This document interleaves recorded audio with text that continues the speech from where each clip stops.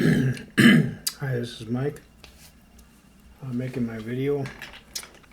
It's 24th of February 2024. It's about 20 minutes after 8 p.m. Anyway, I took a nap and I'm up now.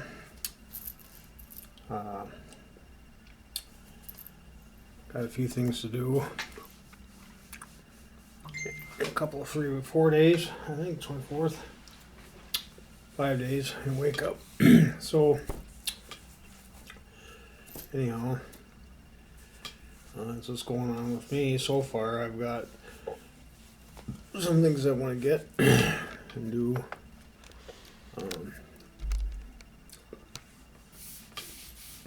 So yeah, I have a pretty boring life.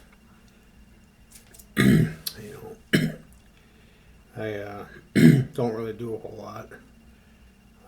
Kind of stay to myself and do my thing.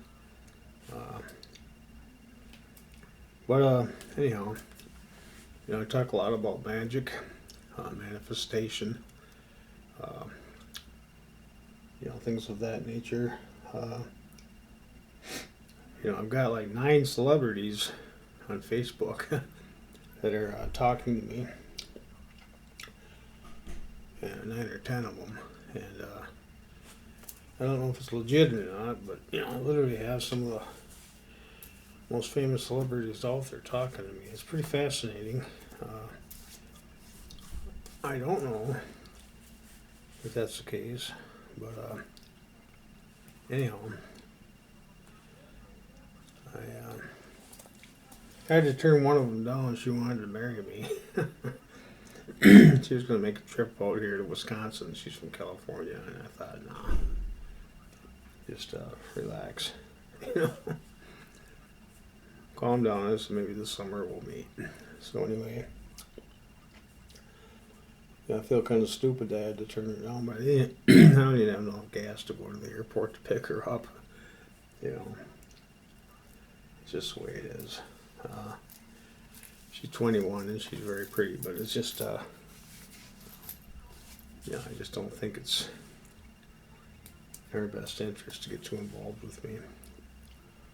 I got a criminal record, done some very heinous things, and I just don't think it's conducive for a pretty girl like that to get messed up with me. So anyway, that's what's going on there. I've got a truck I'm picking up, most likely on Friday. Hopefully that works out. And I get this truck. It's a F-250 Ford. It's probably a Triton V8 or something like that. So there's no rust on it, so it looks like a pretty decent truck. I forget how many miles it has on it, 150 or 200,000. But as long as the transmission is good and the engine is good, that's all I care about. So anyhow,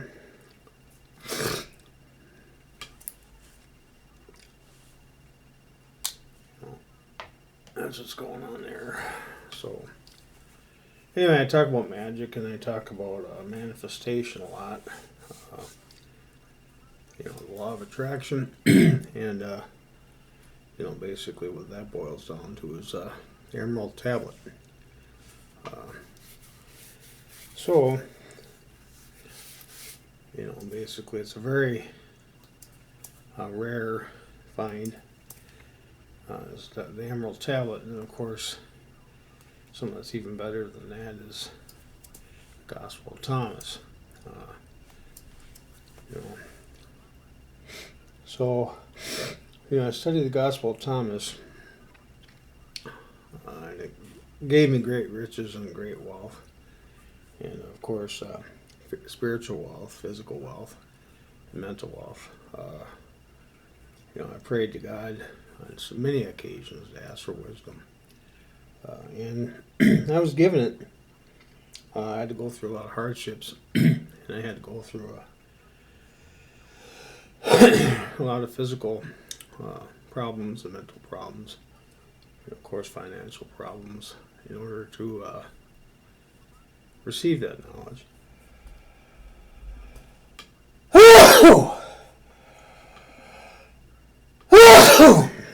So, you have to go through hell to get to heaven, basically.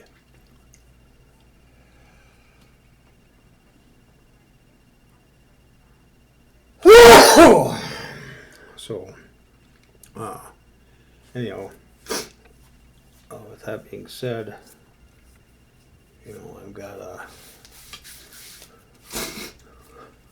I got some things that I got to attend to on Friday, and then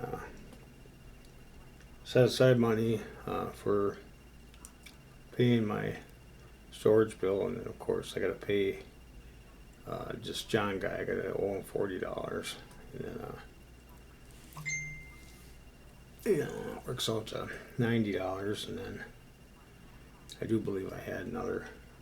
Oh, I know. Owe another guy $20. So $110 I got to set aside, and then out of that 110, that's get set aside, and then I should be able to get that pickup for 900. If not 1,000, but hopefully 900. And then basically. I have 900 set aside, or 900, and then of course 110, so $1,010, and then I should have enough for food, and I gotta buy some cigarette tobacco and tubes, and it's $25, and then I got coffee, and gas, $40. So basically, if I set aside $190, should be enough. And then the rest is $2,190. I should have a couple $100 left over after everything's paid. So anyway, that's what's going on there. And then I've got I'm thankful for what I got. I just don't feel real well. I feel kind of sick, because I ate so much candy. But anyway. I ask God for a perfect mind and a perfect body and a perfect life, and I'll be a son of a bitch. I got it pretty much. Despite losing what I've lost, I've got most of my stuff restored to me. Minus my Corvette, my Dodge Charger police car, my Porsche 944, and my Mercedes-Benz 12-cylinder. I suppose if I got a Bentley, maybe some other car, my diesel truck. If I got some of those things replaced, with better things, I'd probably be all right. So. Anyway, it all works out, it never ceases to amaze me, how everything just takes care of itself in the end, So in the end game, so, basically that's where I'm at with everything. I'm battling a kind of allergies and stuff like that. I don't know if you want to call it COVID or whatever, but I can tend to deal with it. So, anyway, that's what's going on there. I'm thankful for what I have, and of course, I've done almost everything there is to do, and I've been everything there is to be, for the most part, and I've had everything there is to have for the most part. And I've experienced everything, you know, seen everything, done everything, and been everything. So, you know, I'm not going to go into any details on this discussion, you know, about who I've met, what I've done, and all that, you know, and what I've pretty much had, you know. So, anyway, with that being said, there's 7 basic rules of spiritual success to manifesting. You know, 7 rules. You have to have focused thought.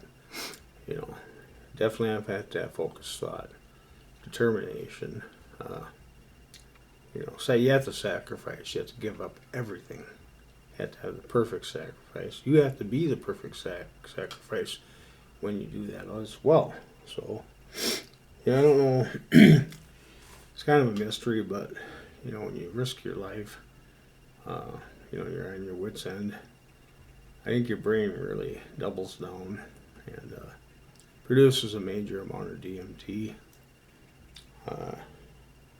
you know, as well as dopamine. And, you know, they say, you know, like in bipolar disorder, you know, if you have a major turn of events in your life, major change, you know, if you disrupt the homeostasis, you know, you basically,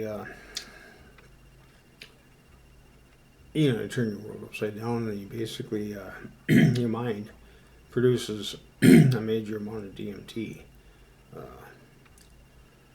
you know, dimethyltryptamine, and what it is, it's more or less hallucinogenic. But you know, they say you hallucinate things, but it's not. It's a reality, but it's not a reality either. It's very fluid and it's very flexible and it's very lucid, but you know, it's actually an illusion. You know, and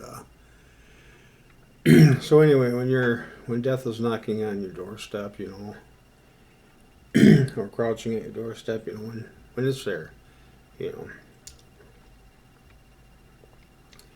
know, people tend to see epiphanies, angels, you know, people from the other side and whatnot. You know, they see that stuff, and it's really more or less something that comes from the inside and is projected outwardly. You know, everything is inside your head, you know. That's what people don't seem to grasp. You know, we share a common experience on this earth, you know. But the thing is, you know, basically, you know, I gotta stop this. Holy Christ.